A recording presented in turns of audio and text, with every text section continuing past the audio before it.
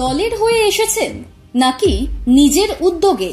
চাকরিহারাদের মঞ্চে তাকে দেখে এই প্রশ্ন যে উঠবেই জানা ছিল। তিনি কি উত্তর দেন তাও জানার আগ্রহ ছিল। এই বিকাশ ভবনেই মাসখানেক আগে চাকরিহারাদের পাশে দাঁড়াতে গিয়ে গোব্যাক শুনতে হয়েছিল মীনাক্ষী মুখার্জিকে। না, শতরূপ ঘোষের ক্ষেত্রে তেমন কিছু হয়নি, বরং দলের ঊর্ধ্বে উঠে তিনি অন্যরকম ছাপ রেখে গেলেন।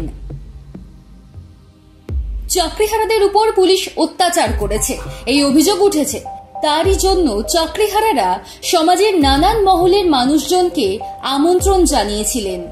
শতরূপ ঘোষ সেখানেই সোচ্চার হলেন প্রতিবাদে। কি বললেন তিনি?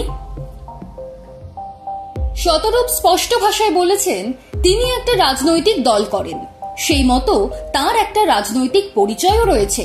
তার কথায়, যে দল সরকার চালাচ্ছে সেই দলের কর্মী, তাদের যারা সমর্থক তারাও শিউরে উঠেছিলেন, চোখের জল ফেলেছেন শিক্ষকদের মার খেতে দেখে। আমরা তাদের সবার প্রতিনিধি হয়ে এখানে এসেছি।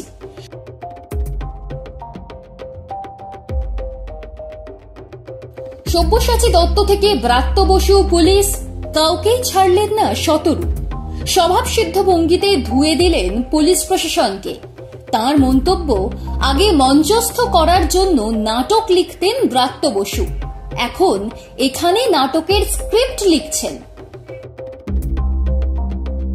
এসএসসি দুর্নীতি মামলায় প্রায় 26,000 শিক্ষক শিক্ষাকর্মী চাকরি গিয়েছে। দফায় দফায় চাকরিহারাদের আন্দোলন চলছে।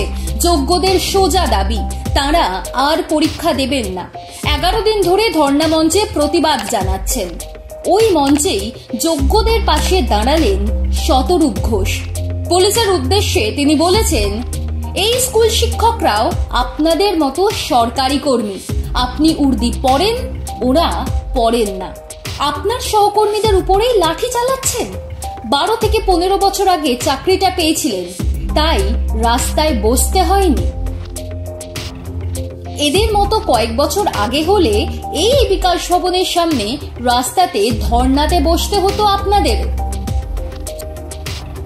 চাকরিহারাদের পরীক্ষা না দেওয়ার যুক্তিতে সায় দিয়েছেন শতরূপ।